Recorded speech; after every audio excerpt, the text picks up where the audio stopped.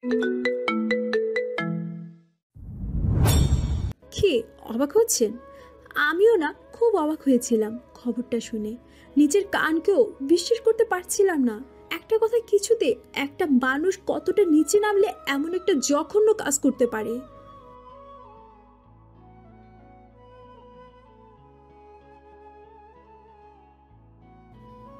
স্বার্থ? কিসের স্বার্থ?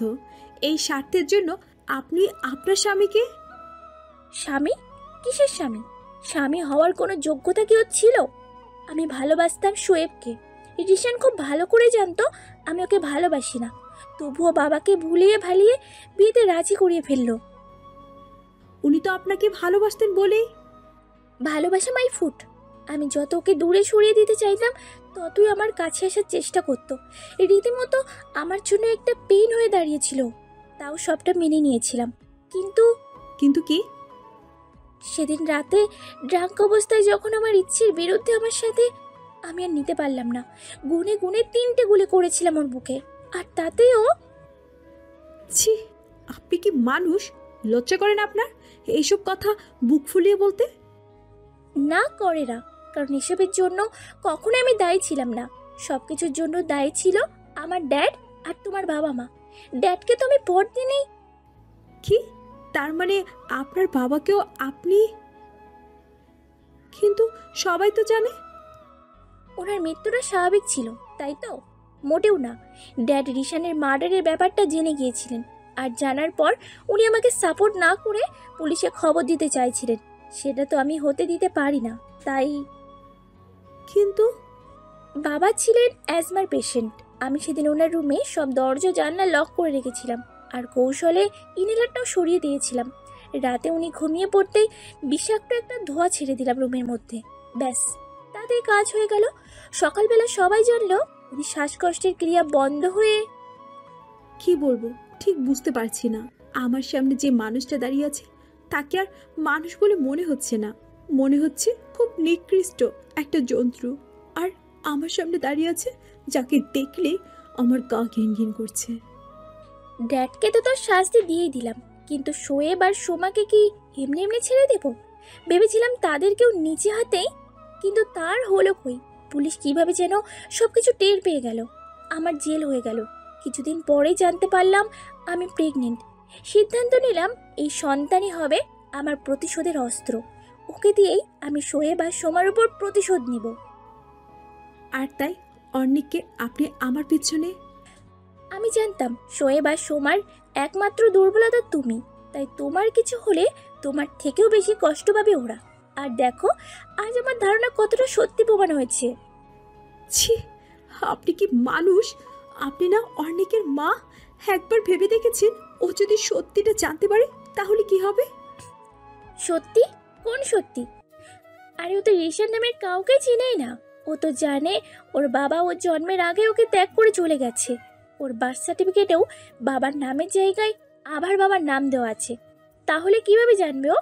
কে বলবে ওকে? তুমি? সেদিন যখন আমি সত্যিটা জানলাম তখনই ওনাকে বলতে চেয়েছিলাম, কিন্তু উনি কষ্ট পাবেন ভেবে কিচ্ছু বলতে পারিনি। উনি আপনাকে এতটা ভালোবাসে। আমি চাইনি ওনার মাকে ওনার সামনে এভাবে ছোট করে দিতে। আমি ভেবেছিলাম আপনি যতই খারাপ হন না কেন, দিন শেষে আপনিও তো একজন মা। আর তাই আপনিও আপনার সন্তানকে অনেক ভালোবাসবেন।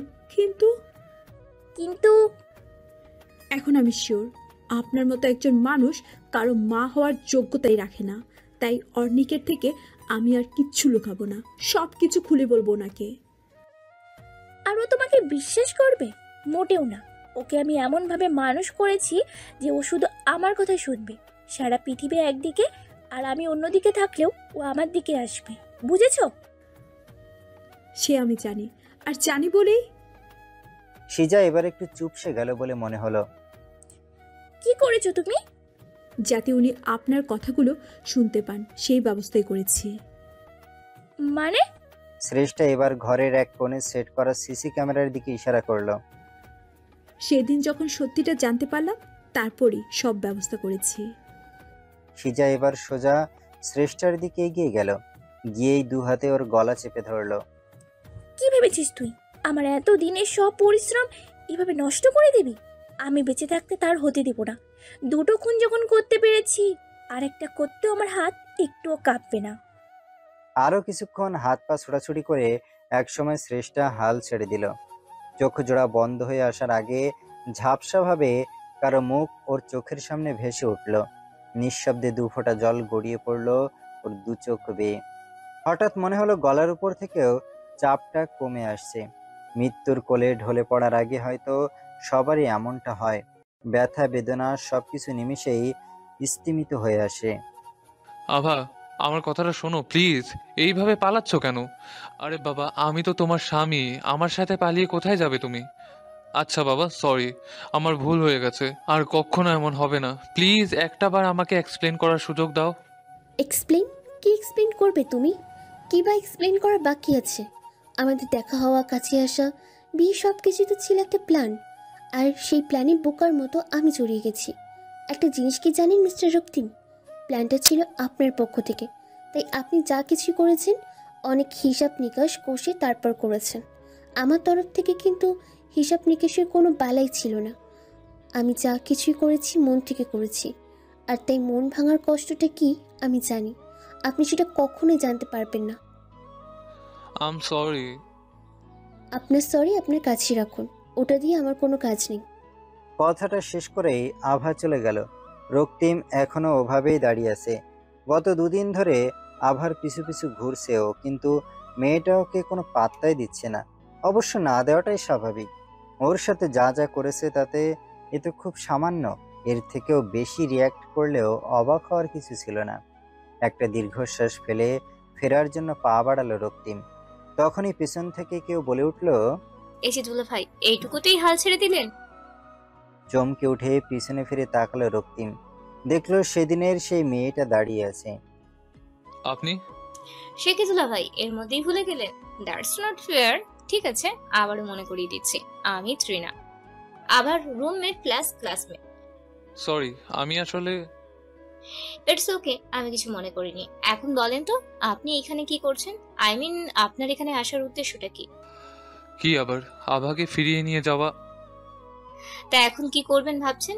আভা কিন্তু এত সহজে মানার মতো মেয়ে না। জানি। আর তাছাড়া আমি যা করছি তাতে সেটাও ঠিক। ও তো তাও চুপচাপ সব সহ্য করছে। ওর জায়গায় আমি হলে তো এতক্ষণ আপনার মাথা ফাটিয়ে। তার মানে তুমি? সব জানি, আপনার বউ সবকিছু বলেছে আমাকে, আর বলেছে আপনার থেকে 100 হাত দূরে থাকতে। রিয়েলি? তাহলে তুমি এখানে আমার সাথে? কি করব বলেন, আপনার উপরে আমি ডিসঅ্যাপয়েন্টেড। ঠিক আছে, কিন্তু বান্ধবীর ভালো মন্দটা তো আমাকেই দেখতে হবে, তাই না? আমি জানি ও আপনাকে প্রচন্ড ভালোবাসে, না হলে ওর মতো একটা জেদি একরোখা মেয়ে এত কিছু সহ্য করে কিছুতেই আপনার সাথে থাকতো না। আমি চাই ও ওর ভালোবাসার মানুষটাকে নিয়ে সুখে থাকুক, তাই। কিন্তু একটা ব্যাপার কি জানেন তো, ধৈর্যেরও একটা লিমিট আছে, আর আপনি সেটা ক্রস করে ফেলেছেন, তাই। আমি জানি সেটা, কিন্তু এখন কি করব বুঝতে পারছি না। আজ দুদিন ধরে ওর পেছন পেছন পাগলের মতন ঘুরছি, কিন্তু ও তো কিছুই শুনতে চাইছে না। সেটাই তো স্বাভাবিক। আর যাই হোক, শুনুন দুলাভাই, যুদ্ধে যখন নেমেই পড়েছেন তখন একেবারে জান প্রাণ দিয়ে দৌড়ে যেতে হবে, বুঝেছেন? যুদ্ধ মানে? যুদ্ধই তো, তবে এটার নাম প্রেম যুদ্ধ। আর এই যুদ্ধে আমি আছি আপনার সাথে। আপনি খালি লড়ে যান, জয়ী তো আপনাকে হতেই হবে। কিন্তু কিভাবে? আমার একটা প্ল্যান মাথায় এসেছে, এদিকে আসুন, কানে কানে বলি। ত্রিনা রক্তিমকে ওর পুরো প্ল্যানটা বুঝিয়ে বলল। What the? No way, this is totally crazy. আরে দুলাভাই, প্রেমে যদি পাগলামি নাই থাকে তাহলে সেটা আর প্রেম হলো কি করে? কিন্তু তাই বলে শোনেন, আপনি আর হেজিটেট না করে মাঠে নেমে পড়েন তো, বাকিটা পরে দেখা যাবে। ঠিক আছে, সবই যখন করলাম এইটা বাকি থাকবে কেন? ত্রিনা চলে গেল। আভাদের রুমের দিকে তাকিয়ে একটা দীর্ঘশ্বাস ফেললাম। আমি তো তাও একটা রাস্তা খুঁজে পেয়েছি। শ্রেষ্ঠার কি অবস্থা কে জানে। ও তো সবকিছু জেনেও কিছু করতে পারছে না। সেদিন যখন অর্ণিকের মমের পুরো অতীতটা আকস্মিকভাবে আমার সামনে চলে আসলো, সেদিনই ওকে পুরোটা জানিয়েছিলাম, কিন্তু ওই আমাকে কিছু করতে নিষেধ করে দিয়েছে। বলেছে সুযোগ বুঝে ওই অর্ণিককে সবকিছু খুলে বলবে, কিন্তু কিভাবে? ওই মা ছেলেকে আমি একটুও বিশ্বাস করি না। জানি না আমার বোনটা এই বিপদ থেকে কিভাবে উদ্ধার পাবে। ভয়ার্ত চোখে ছেলের দিকে তাকিয়েছে সিজা। অবশ্য ভয় পাওয়াটাই স্বাভাবিক। অর্ণিকের এমন রুদ্রমূর্তি এর আগে কখনোই দেখার সুযোগ হয়নি তার। ওর চোখ দুটো দিয়ে যেন আগুন ঝরছে, আর সেই আগুনের ঝলকানিতে আশেপাশের সবকিছু যেন পুড়ে ছারখার হয়ে যাচ্ছে। অনেক বাবা তুই, কিন্তু তুই তো গাড়ির চাবিটা ফেলে গেছিলাম, অবশ্য ভালো হয়েছে, না হলে তো তোমার আসল রূপটা কোনোদিনই দেখতে পেতাম না। বাবা আমার কথাটা একবার শোন। শ্শ্, কোনো কথা না, আমার আর কিছু শোনার নেই। সব কিছু এখন আমার কাছে দিনের আলোর মতো পরিষ্কার। শ্রেষ্ঠা তখনও অজ্ঞান।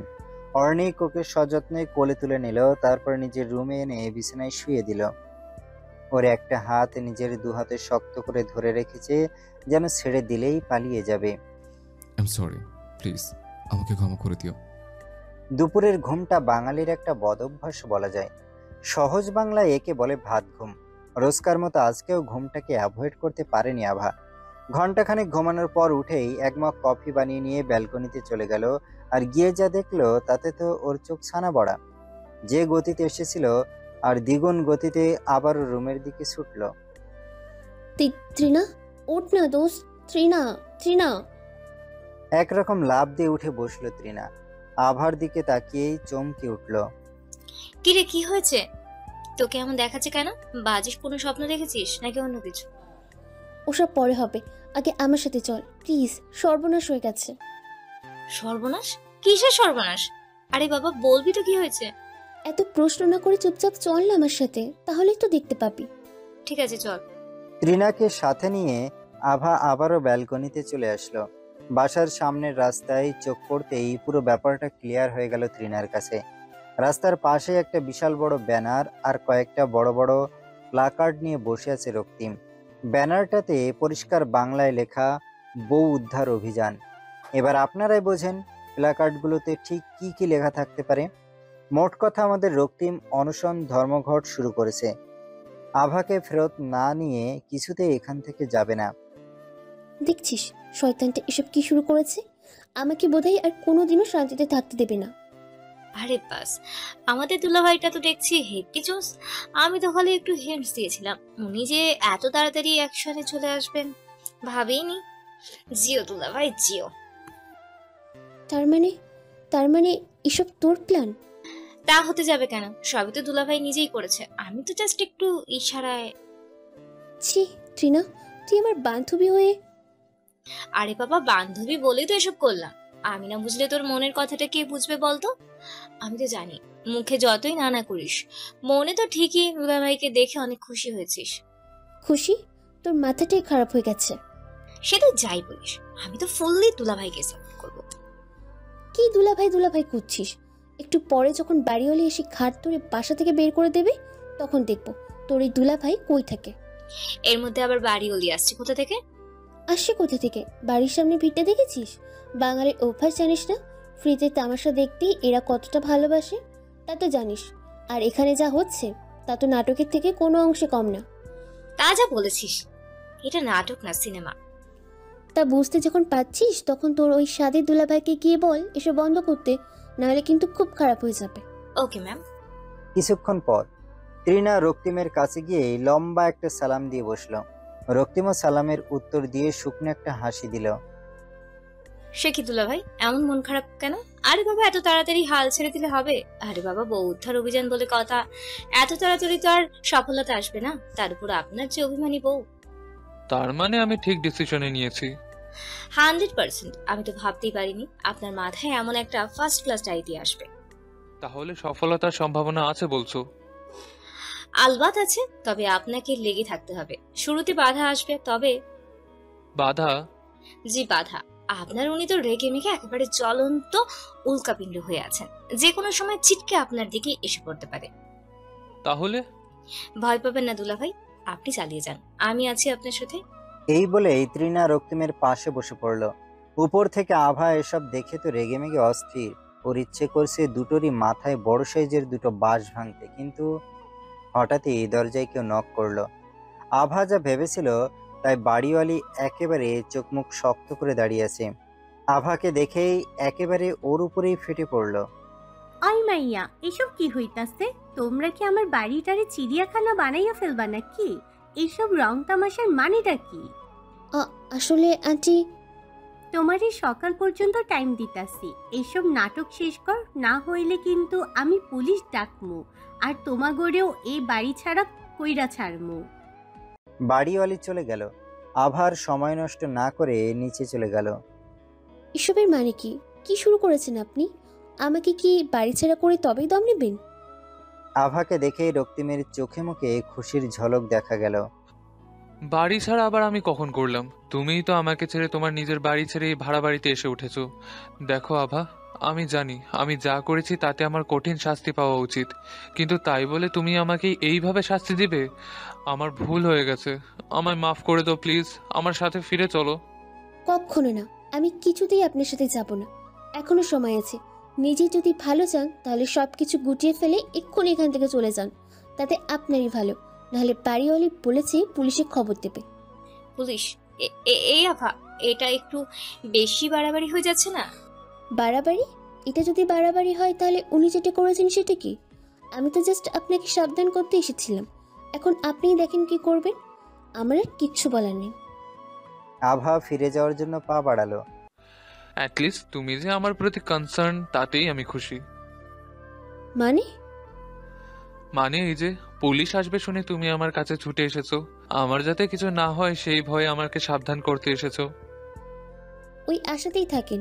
আপনি মরেন বাঁচেন কিছুতেই আমার কোনো যায় আসে না। ঠিক আছে, আপনি থাকেন এখানে। পুলিশ যখন কোমরে দড়ি বেঁধে নিয়ে যাবে তখন বুঝবেন মজা। ওকে, তুমি যদি তাতে খুশি হও তাহলে তাই হবে। হাজার হোক, বইয়ের আবদার বলে কথা, মেয়েটাতে তো হবেই। আভা রক্তিমের দিকে অগ্নিদৃষ্টি নিক্ষেপ করে চলে গেল। এদিকে তৃণা তো রক্তিমের উপর পুরো ইমপ্রেস হয়ে আছে, অবাক চোখে ওর দিকে তাকিয়ে আছে। কি শালিকা, কেমন দিলাম?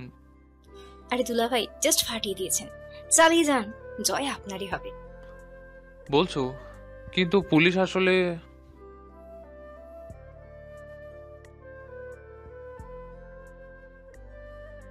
শ্রেষ্ঠার যখন ঘুম ভাঙলো তখন অনেক রাত। পুরো শহরটায় তখন ঘুমন্তপুরী। জ্ঞান তো ওর আগেই ফিরেছিল, কিন্তু ডাক্তার কড়া ডোজের ঘুমের ঔষধ দেওয়ায় তখন থেকেই ঘুমাচ্ছে। হঠাৎ সকালের কথা মনে পড়তেই লাফ দিয়ে উঠে বসলো। যন্ত্রণায় মাথাটা মনে হচ্ছে ছিঁড়ে যাচ্ছে। অনেক কষ্টে চোখ মেলে তাকালো, আর তারপরই চমকে উঠলো। বিছানার পাশেই একটা চেয়ারে বসে আছে অর্ণিক। ওর একটা হাত শক্ত করে চেপে ধরে তার উপরে মাথা রেখে ঘুমিয়ে পড়েছে। চোখে মুখে স্পষ্ট ক্লান্তির ছাপ, হয়তো সারা রাত জেগেছিল তাই। আনমনেই একটা হাত ওর মাথায় দিয়ে বসলো শ্রেষ্ঠা। আলতো হাতে ওর চুলগুলোতে বিলি কেটে দিচ্ছে। এটা স্বপ্ন নাকি সত্যি বুঝতে পারছি না, কিন্তু যাই হোক, এই মুহূর্তটাকে উপভোগ করতে মন্দ লাগছে না। সময়টা যদি এখানেই থেমে যেত তাহলে কতই না ভালো হতো।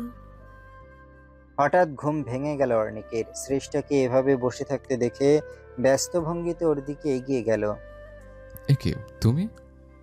কখন ঘুম ভাঙলো তোমার? আমাকে ডাকলে না কেন? আই এম সরি, একটু ঘুমিয়ে পড়েছিলাম। যাই হোক, কেমন লাগছে তোমার? নিঃশ্বাস নিতে কোনো কষ্ট হচ্ছে না তো?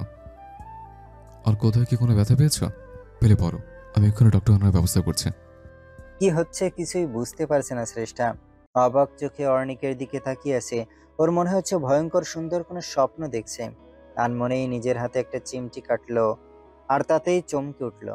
না, এটা তো কোনো স্বপ্ন নয়, সবই সত্যি। কিন্তু আই এম সরি শ্রেষ্ঠা, আমি জানি আমি যা করেছি তার কাছে সরি হওয়াটা খুবই তুচ্ছ, কিন্তু কি করব বলো? এছাড়া যেমন বলার মতো আর কিছুই নেই। আমি ভাবতে পারছি না মম এমন একটা কাজ।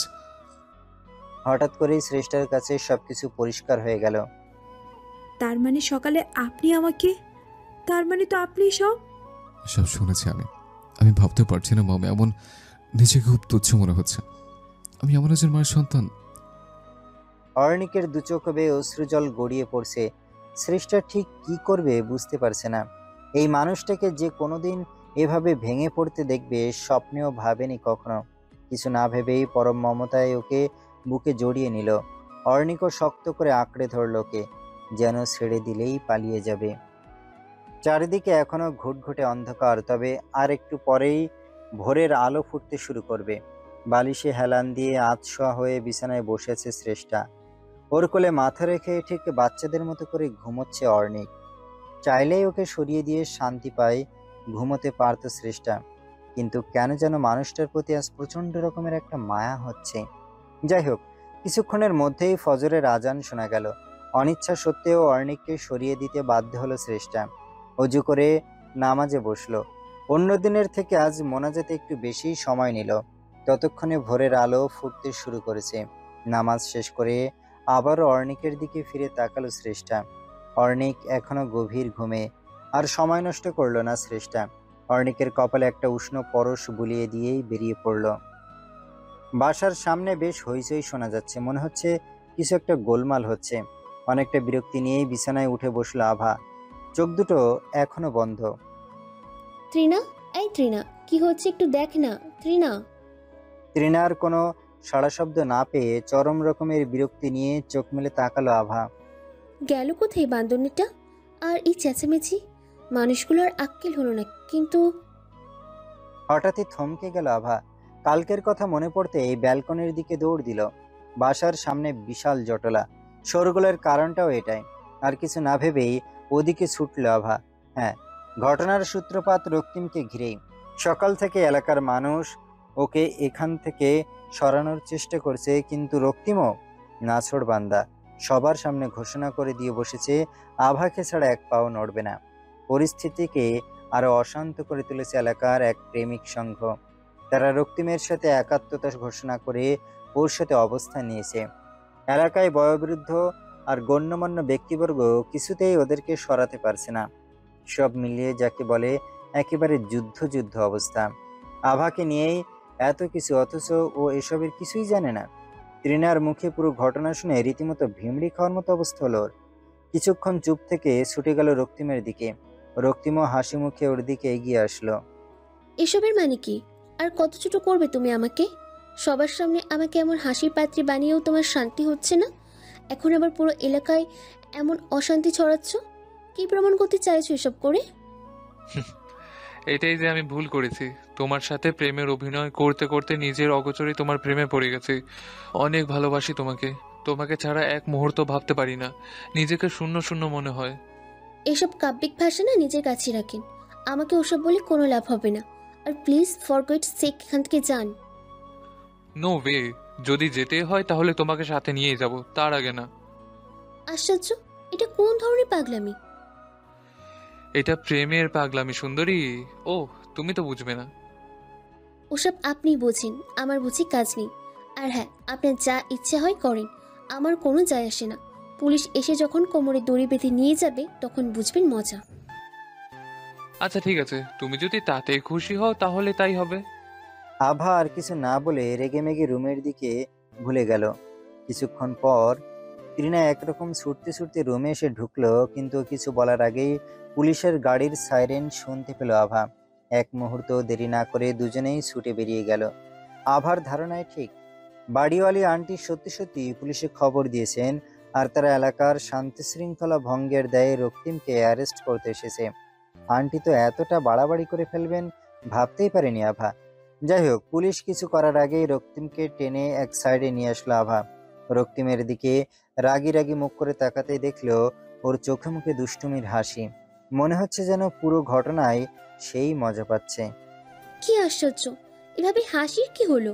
এখানে কি মজার কিছু হচ্ছে? আভার কাণ্ড দেখে আরো জোরে হেসে উঠল রক্তিম। তাতে আভা আরো তেলে বেগুনে জ্বলে উঠল। কি আশ্চর্য! আচ্ছা, আমি কি এখানে হাসির কোনো কথা বলেছি? কই না তো। তাহলে এভাবে 32টা দাঁত বের করে হাসছেন কেন? অনেকদিন পর তোমাকে এইভাবে দেখলাম তো, তাই। ঠিক আছে, এখন চুপচাপ এখান থেকে যাওয়ার ব্যবস্থা করেন প্লিজ। বাট আমি তোমাকে ছাড়া। জানি। তার মানে তুমি আমার সাথে? ট্রিনা, ট্রিনা। কি আশ্চর্য, ত্রিনাকে ডাকছো কেন? আমার প্রশ্নের উত্তর দাও। কিরে, কিছু বলবি? হুম। আভা তৃণাকে চোখের ইশারায় কিছু একটা বলতেই তৃণা ছুটে চলে গেল। যাওয়ার আগে রক্তিমকে চোখ টিপে কিছু বোঝাতে চাইল।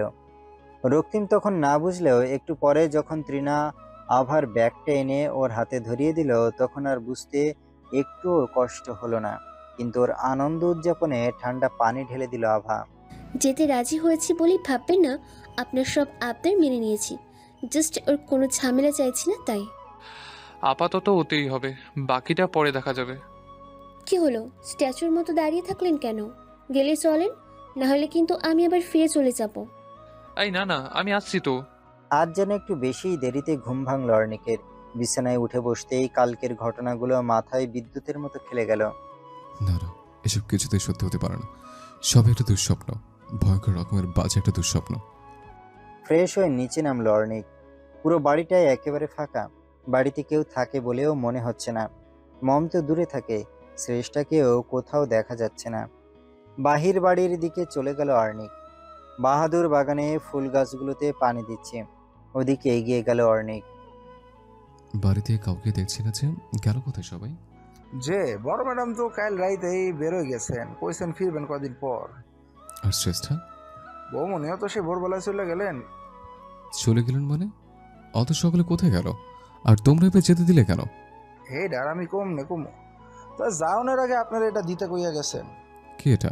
কইরা দেখেন, বৌমনি কইছেন এটা বললে আপনার সব প্রশ্নের উত্তর পেয়ে যাইবে। অনেকটা অনিশ্চিতভাবেই বাহাদুরের হাত থেকে চিঠিটা নিল অর্ণিক। বাগানের কর্নারের দিকের একটা চেয়ারে গিয়ে বসলো, তারপর চিঠিটা খুলে পড়তে শুরু করলো। অর্ণিক, ঠিক কি বলে আপনাকে সম্বোধন করব বুঝতে পারছি না, তাই সম্বোধন ছাড়াই শুধু আপনার নাম দিয়ে শুরু করলাম।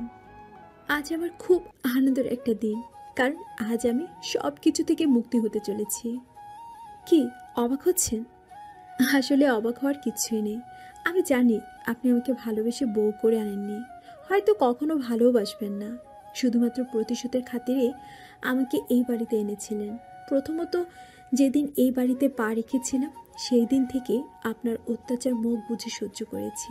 প্রথম কষ্ট হতো, তবে আস্তে আস্তে সবই সয়ে গিয়েছিল। শুধু ভাবতাম এর পিছনে কোনো একটা কারণ তো অবশ্যই আছে, কিন্তু সেটা কি জানতাম না। যেদিন কারণটা জানলাম, নিজের কানকেও বিশ্বাস করতে পারিনি। সারা পৃথিবীর মানুষও যদি আমার আব্বু আম্মুর বিরুদ্ধে সাক্ষী দেয়, তবুও আমি বিশ্বাস করব না ওনারা এমন একটা জঘন্য কাজ করতে পারেন। আর আপনার কথায় আমি তাদের বিরুদ্ধে চলে যাব? ইম্পসিবল, হতেই পারে না। সেই দিনই বুঝেছিলাম কোনো একটা ঝামেলা তো আছে, তাই সিদ্ধান্ত নিলাম যেভাবে হোক সত্যটা খুঁজে বের করবই। আর যেই দিন সত্যিটা আপনার সামনে তুলে ধরতে পারবো, আব্বু আম্মুকে নির্দোষ প্রমাণ করতে পারবো, সেই দিনই হবে এই বাড়িতে আমার শেষ দিন। আজ আমার সব কাজ শেষ, আর কোনো পিছুটান নেই, নেই কোনো দায় দায়িত্ব। আমি ক্লান্ত, বড্ড বেশি ক্লান্ত। সব কিছু ভুলে নিজেকে নতুন করে খুঁজে পেতে, নতুন করে বাঁচতে, জীবনটাকে নতুন করে সাজাতে চাই। তাই আমি চলে যাচ্ছি সব কিছু ছেড়ে। ভালো থাকবেন, আর পারলে মাকেও ক্ষমা করে দিন। আর একটা কথা, অমন উশৃঙ্খল বেপরোয়াভাবে লাইফ লিড না করে জীবনটাকে নতুন করে সাজাবেন প্লিজ। আপনাকে ওভাবে একদমই মানায় না। আমার স্বপ্ন ছিল আপনার ছন্ন ছাড়া জীবনটাকে নতুন করে সাজাবো, কিন্তু সেটা তো সত্যি করতে পারলাম না। তাই আপনার হাতে সব কিছু ছেড়ে দিলাম। সব কিছু ভুলে নতুন করে সব কিছু শুরু করবেন প্লিজ। আরেকটা কথা, আভাকে নিয়ে চিন্তা করবেন না। রক্তিম আমার ভাই, ওকে আমার থেকে ভালো আর কেউ চিনে না। আমি জানি ও যা কিছুই করেছে রাগের মাথায় করে ফেলেছে। একদিন দেখবেন আভাকেও মাথায় তুলে রাখবে। আর আমাকে নিয়ে ভাববেন না, নিজের খেয়াল আমি নিজেই রাখতে পারবো। শেষটা। নোট: ড্রেসিং টেবিলের ড্রয়ারে সবুজ খামে মোড়া একটা চিঠি আছে, ওটা প্লিজ রক্তিমের কাছে পৌঁছে দেওয়ার ব্যবস্থা করবেন। চিঠিটা হাতে নিয়েই গাড়ির দিকে ছুটল অর্ণিক। প্রচণ্ড স্পিডে ড্রাইভ করছে। যেভাবেই হোক শ্রেষ্ঠাকে যে খুঁজে বের করতেই হবে। রক্তিম আর আভা ফিরেছে সেই দুপুরবেলা, আর এসেই আভা নিজের রুমে গিয়ে ঢুকেছে। দরজা ভেতর থেকে লক করে রেখেছে, তাই রক্তিম কিছুতেই ভেতরে ঢুকতে পারছে না। একটু পরপরই আভার রুমের সামনে এসে ঘুরঘুর করছে, আর মাঝে মাঝে এই দরজায় নক করে আভাকে দরজা খোলার জন্য রিকোয়েস্ট করছে। কিন্তু আভার মতো জেদি মেয়ে কি এত সহজে মানবে? অর্ণিকের গাড়িটা যখন রক্তিমের বাসার সামনে এসে থামলো, তখন সন্ধ্যা প্রায় নেমেই এসেছে। কলিং বেলে একবার চাপ দিতেই দরজা খুলে দিল রক্তিম।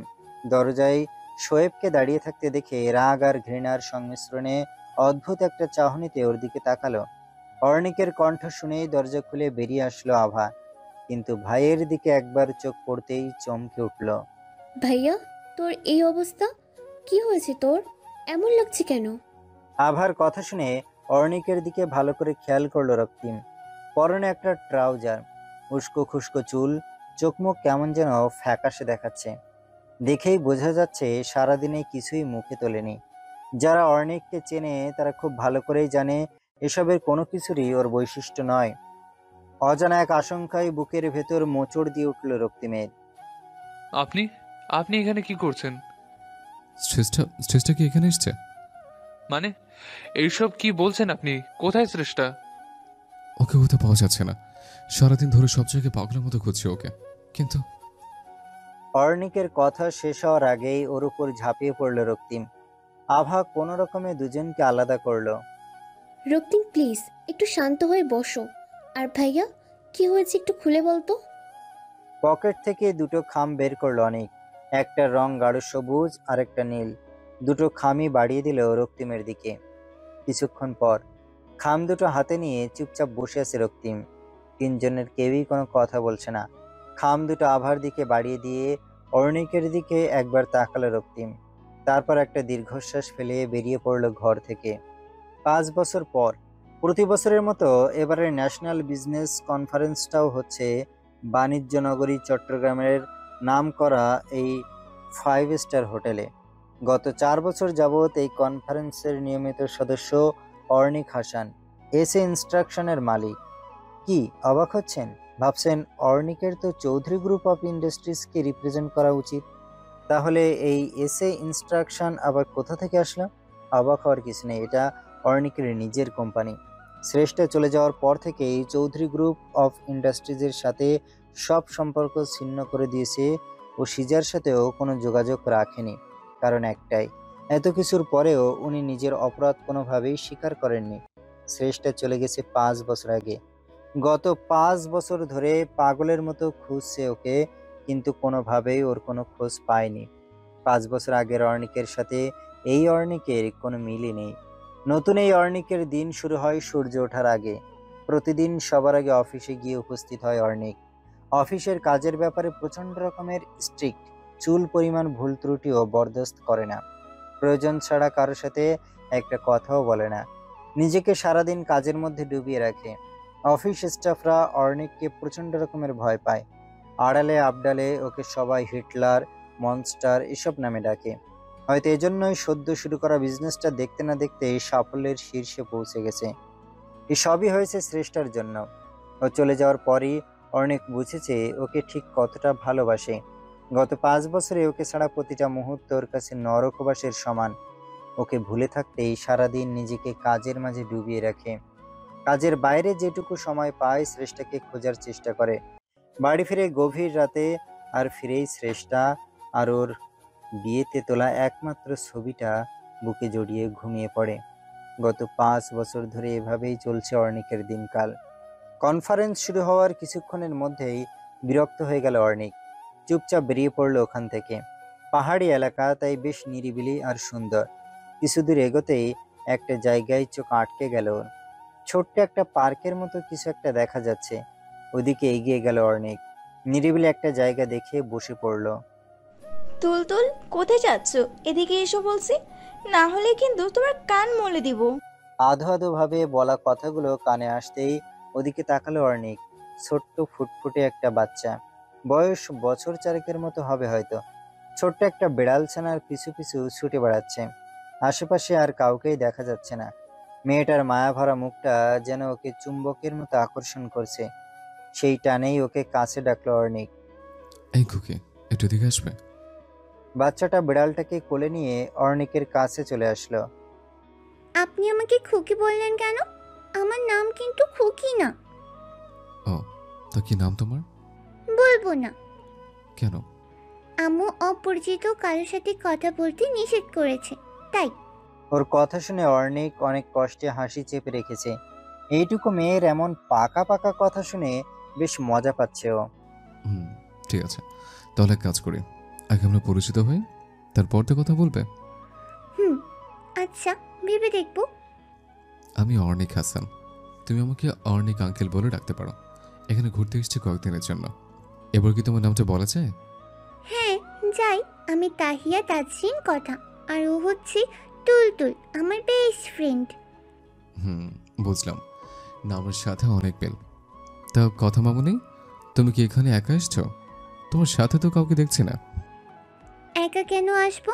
আমি তো তুলতুলের সাথে এসেছি, তাই না তুলতুল? অর্ণিকে যেন এবার একটু ভয়ই পেল। এইটুকু বাচ্চা এভাবে একা একা ঘুরে বেড়াচ্ছে, যদি বাজে লোকের পাল্লায় পড়ে তখন কি হবে? আচ্ছা কথা মামুনি, তোমার আম্মু কোথায়? ওনাকে তো কোথাও দেখতে পাচ্ছি না। আম্মু? আম্মু কোথায়? আমি আম্মুর কাছে যাব। কথা এবার কান্নাকাটি শুরু করে দিল। অর্ণিক ভয় পেয়ে ওকে কোলে তুলে নিল। এখন আর ওর থেকে কোনো কথা বের করা যাবে না, একটু সময় লাগবে। আচ্ছা কথা, তুমি কি খেতে পছন্দ করো? আমি আম্মু যাব। ঠিক আছে, তোমাকে তোমার আম্মুর কাছে নিয়ে যাব, কিন্তু তার আগে আমরা তোমার পছন্দের একটা কিছু খাবো, ঠিক আছে? এবার কথার কান্না কিছুটা কমলো। সত্যি আমাকে আম্মুর কাছে নিয়ে যাবে? হুম, সত্যি। প্রমিস? প্রমিস। এখন বলো কি খাবে? আমি কিচ্ছু খাবো না। আম্মু বলেছে অচেনা কারোর থেকে কিচ্ছু খাওয়া যাবে না। কিন্তু এখন তো আমরা পরিচিত হয়ে গেছে, তারপরও কি আমি কিছু খাওয়াবে না? যাবে, তাই না তুলতুল? এখন তো তুলতুলে হ্যাঁ বলে দিয়েছে, তাহলে চলো যাও যাক। আমি কিন্তু আইসক্রিম খাবে, আর তুলতুলের ফেভারিট চকলেট। রিয়েলি? তুলতুল চকলেট খাবে?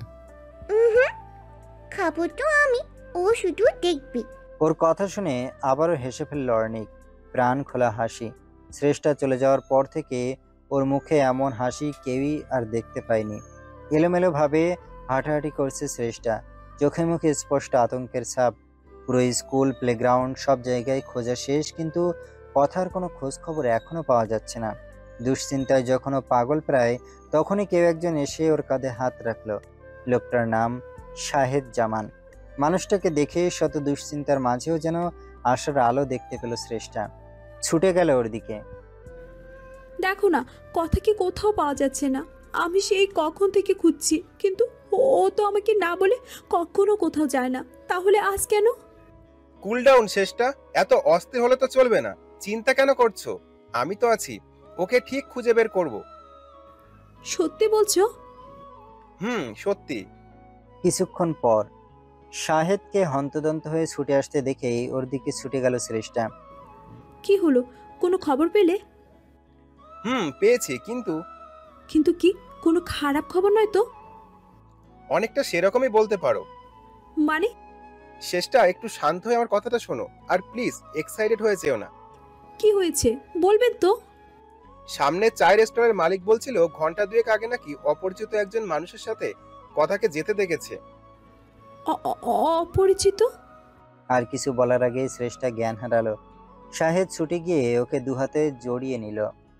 পাহাড়ের গা ঘেঁষে গড়ে তোলা ছোট্ট একটা স্কুল, 90% স্টুডেন্টই বলতে গেলে পাহাড়ি আদিবাসী। অর্ণিকের এখানে আসার কারণটা কথা। শেষ পর্যন্ত ও অর্ণিককে বলতে পেরেছে ওর আম্মু এখানকার টিচার। এখানে আসার পর অর্ণিক বুঝতে পারছে সকালে কথা একা একা ওখানে কিভাবে গিয়েছিল। আসলে ওটা ছিল স্কুলটারই পেছনের একটা অংশ, অনেকটা পার্কের আঙ্গিকে গড়ে তোলা স্কুলেরই প্লেগ্রাউন্ড। তখন ঠিক বুঝতে পারেনি অর্ণিক, কিন্তু এখন ওর কাছে সবকিছুই পরিষ্কার। এখন দুপুর পেরিয়ে প্রায় বিকেল হতে চলেছে। অফিসের সামনে বড় ধরনের একটা জটলা দেখা যাচ্ছে, মনে হচ্ছে কেউ অসুস্থ হয়ে গেছে। ভিড় ঠেলে একটু সামনে এগোতেই দেখলো একজনকে মাথায় পানি ঢালা হচ্ছে। মুখটা না দেখতে পেলেও অর্ণিকের কেন জানি মনে হচ্ছে মানুষটাকে ও খুব ভালো করেই চেনেও। আর একটু কাছে যেতেই কথা ওর হাত ছেড়ে মেয়েটার দিকে ছুটে চলে গেল, গিয়েই ওকে জড়িয়ে ধরলো। কথার কণ্ঠ কানে যেতে এই মেয়েটা উঠে বসলো, ওকে বুকে জড়িয়ে ধরে এলোপাথাড়ি চুমু খেতে লাগলো। মুহূর্তেই ওর সব অসুস্থতা যেন গায়েব হয়ে গেল। চলেই আসছিল অর্ণিক, হঠাৎই থমকে দাঁড়াতে বাধ্য হলো। এমন অনাকাঙ্ক্ষিত একটা ঘটনা ঘটবে চিন্তাও করেনিও। যাকে গত 5-5টা বছর ধরে হন্যে হয়ে খুঁজে বেড়াচ্ছে, আজ এভাবে না চাইতেই যে তার দেখা পেয়ে যাবে ভাবতেই পারছে না। মনে হচ্ছে ভয়ঙ্কর সুন্দর কোনো স্বপ্ন দেখছে। সব উৎসাহ চেপে রেখে মনের অজান্তেই অস্ফুট স্বরে আনমনেই বলে উঠল, শ্রেষ্ঠা। এতদিন ধরে যার একটা ঝলক দেখার জন্য অধীর আগ্রহে অপেক্ষা করছিল, তাকে এভাবে দেখে এক মুহূর্তের জন্য স্থবির হয়ে গেল অর্ণিব। তারপর নিজেকে সামলে নিয়েই ছুটল ওর দিকে, কিন্তু মাত্র কয়েক কদম এগোতেই আবারও থমকে দাঁড়াতে বাধ্য হলো অর্ণিক। কারণ শ্রেষ্ঠার পাশে তখন অন্য একজন এসে দাঁড়িয়েছে। কথাকে শ্রেষ্ঠার থেকে নিয়ে নিজের কোলে উঠিয়ে নিল শাহেদ। তারপর শ্রেষ্ঠার দিকে অন্য হাতটা বাড়িয়ে দিল। শ্রেষ্ঠাও ওর হাত ধরে উঠে দাঁড়ালো। দুজনের হাত ধরে ওরা ফেরার পথ ধরল। দূর থেকে দাঁড়িয়ে নীরব দর্শকের মতো সবকিছু দেখছে অর্ণিক। একেবারে পারফেক্ট একটা ফ্যামিলি। এই ফ্যামিলিটা ওরও হতে পারত, কিন্তু পাহাড়ের ঢাল ঘেঁষে দাঁড় করানো মাঝারি সাইজের একটা দোতলা বাড়ি দেখে মনে হচ্ছে টিচার্স কোয়ার্টার বা ওই টাইপেরই কিছু একটা হবে। এখানেই থাকে শ্রেষ্ঠা। অনেক কষ্টে ঠিকানাটা ম্যানেজ করতে পেরেছে অর্ণিক। গতকাল শ্রেষ্ঠাকে দেখার পর থেকে এক মুহূর্তের জন্য চোখের পাতায় এক করতে পারেনি ও। প্রথমত ভেবেছিল সবকিছু একটা দুঃস্বপ্ন ভেবে ভুলে যাবে, ধরেই নেবে শ্রেষ্ঠার সাথে কখনো দেখাই হয়নি, নীরবে ফিরে যাবে আপন ঠিকানায়, স্বাভাবিক নিয়মেই সবকিছু আবারও নতুন করে শুরু করবে। কিন্তু প্রবলেমটা হচ্ছে কথা। মেয়েটাকে কিছুতেই যেন ভুলতে পারছে না অর্ণিক। ওর মায়া ভরা মুখ আর তাতে লেগে থাকা মন ভোলানো হাসি, অবাক চোখের চাহনি, নিরন্তর দুরন্তপনা, না বুঝেই করে ফেলা দুষ্টুমিগুলো আর আধো আধো মুখের অবিরাম বকবকানি সবকিছুই যেন ওকে চুম্বকের মতো আকর্ষণ করছে। অজানা এক আকর্ষণে বারবার ছুটে যেতে ইচ্ছে করছে ওর দিকে। কিন্তু কেন? এই কথা, কি সম্পর্ক ওর সাথে আমার? কেন বারবার শুধু ওর কাছে ছুটে যেতে ইচ্ছে করে? কেন মনেও আমার অনেক আপন? এমন হাজারো প্রশ্নের উত্তর খুঁজে বের করতেই আজ এখানে ছুটে এসেছে অর্ণিক। কিচেনে কাজ করছিল শ্রেষ্ঠা। কলিং বেলের আওয়াজ কানে যেতেই দরজার দিকে ছুটল, আর তারপরে যার মুখখানা দেখলো তাতে চূড়ান্ত রকমের একটা শক খেলো। আপনি কিন্তু অর্ণিককে কিছু না বলার সুযোগ দিয়েই দরজা লাগিয়ে দিল শ্রেষ্ঠা। দরজার এক পাশে অর্ণিক কড়া নেড়েই যাচ্ছে, অন্য পাশে শ্রেষ্ঠা মেঝেতে বসে নীরবে চোখের জল ফেলছে। অর্ণিকের প্রতিটা কড়াঘাতে যেন সেই কান্নার বেগ বেড়েই চলেছে। কিছুক্ষণ পর কথার হাত ধরে বাড়ির সামনে আসতেই থমকে দাঁড়ালো শাহেদ। যে মানুষটা দরজায় কড়া নাড়ছে তাকে এর আগে কখনো দেখেছে বলে মনে পড়ছে না। আর শ্রেষ্ঠাও কেন জানি দরজা খুলছে না। মেয়েটার আবার কিছু একটা হয়ে গেল না তো? শাহেদের ভাবনায় ছেদ ঘটল কথার কণ্ঠ শুনে। ও ততক্ষণে শাহেদের হাত ছেড়ে অর্ণিকের দিকে ছুটে চলে গেছে। অর্ণিকও কথাকে দেখেই ওদের দিকে ছুটে এসেছে আর মুহূর্তেই ওকে কোলে তুলে নিয়েছে। চকলেট আঙ্কেল তুমি? আমি কেন? কোনো সমস্যা? তোমার উপর না আমি অনেক রাগ করেছি। কেন কেন? আমার মামুনিটা আমার উপর রাগ করেছে কেন? কাল আমাকে ভাই না বলে চলে গিয়েছিলে কেন জানো? আমি আর তুলতুল তোমাকে এতগুলো মিস করেছি। তাহলে তো আমি খুব অন্যায় করে ফেলেছি, আর তার জন্য আমার পানিশমেন্টও পাওয়া উচিত, তাই না? ঠিক আছে, কি পানিশমেন্ট দেবে বলো? ঠিক আছে, আগে কানে ধরে বলো আর কখনো এমন করবে না, তারপর? এরপরও তারপর আছে। আছে, গুনিয়ে গুনিয়ে 10 বার কানে ধরে উদ্বাস করতে হবে, না হলে কিন্তু আমি তোমার সাথে একদম কথা বলবো না। কিন্তু আমি তো... আচ্ছা মামুনি, কোনো কিছু বিনিময়ে কি পানিশমেন্টটা বাতিল করা যায় না? ঠিক আছে, আগে দেখি তুমি কি দেবে, তারপর না হয় ভেবে দেখবো। অর্ণিক পকেট থেকে কথার জন্য আনা চকলেটগুলো বের করে দিল। দেখেই তো কথা লাফালাফি শুরু করে দিয়েছে। এতগুলো চকলেট? তুমি না সত্যি আমার চকলেট আঙ্কেল। পিচ্চিটার নরম ঠোঁটের স্পর্শে কেমন যেন হয়ে গেল অর্ণিক। সবকিছু ভুলে বুকে জড়িয়ে নিল ওকে, চুমুতে চুমুতে ভরিয়ে দিতে লাগলো ওকে। শায়দ এতক্ষণ দূরে দাঁড়িয়ে অবাক হয়ে ওদের কাণ্ড দেখছিল। এবার আর চুপ করে থাকতে পারলো না, ছুটে এসে কথাকে ওর কোল থেকে ছিনিয়ে নিল। আপনাকে তো ঠিক চিনলাম না, এখানে কি কোনো কাজ এসেছেন? আপনি আমাকে চিনবেন না, তবে শ্রেষ্ঠ আমাকে খুব ভালো করে চেনে, আর আমি ওর সাথে দেখা করতে এসেছি। ও তাহলে এখানে দাঁড়িয়ে আছেন কেন? চলুন ভেতরে গিয়ে কথা বলবেন। ওরা এগিয়ে চলল।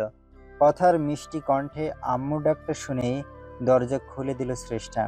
কিন্তু শাহেদ আর অর্ণিককে একসাথে দেখেই ওর চেহারার রং পুরোপুরি বদলে গেল। নিতান্ত অনিচ্ছা সত্ত্বেও অর্ণিককে ভেতরে বসতে বলল শ্রেষ্ঠা। তারপরই কিচেনের দিকে ছুটল। চা নাস্তা তো জাস্ট একটা বাহানা, আসল উদ্দেশ্য অর্ণিকের থেকে পালিয়ে বেড়ানো। কথা তো এসেই তুলতুলকে নিয়ে ব্যস্ত হয়ে পড়েছে। আপাতত শাহেদ আর অর্ণিক দুজনের সামনাসামনি দুটো চেয়ারে বসে আছে। দুজনেই চুপচাপ। নীরবতা ভাঙল শাহেদ। সরি, আপনাকে তো আমার পরিচয়টাই দেওয়া হয়নি। আমি শাহেদ জাওয়ান, গভর্নমেন্ট জব করি, আর সেই সাথে এখানকার একটা বাচ্চাদের স্কুলের মাঝে মাঝে ভলেন্টিয়ারি সার্ভিস দেই। আমি অর্ণিক হাসান। আপনি কি এখানকার স্থানীয়? স্থানীয় না, তবে অনেকটা ওই রকমই বলতে পারেন। আপনি নিশ্চয়ই ট্যুরিস্ট। ট্যুরিস্ট ঠিক বলা যাবে না, আসলে আমি এখানে এসেছিলাম একটা বিজনেস কনফারেন্সে। তার মানে আপনি বিজনেসম্যান? তা অবশ্যই বলতে পারেন। ওই ছোট করে একটা বিজনেস আছে আর কি।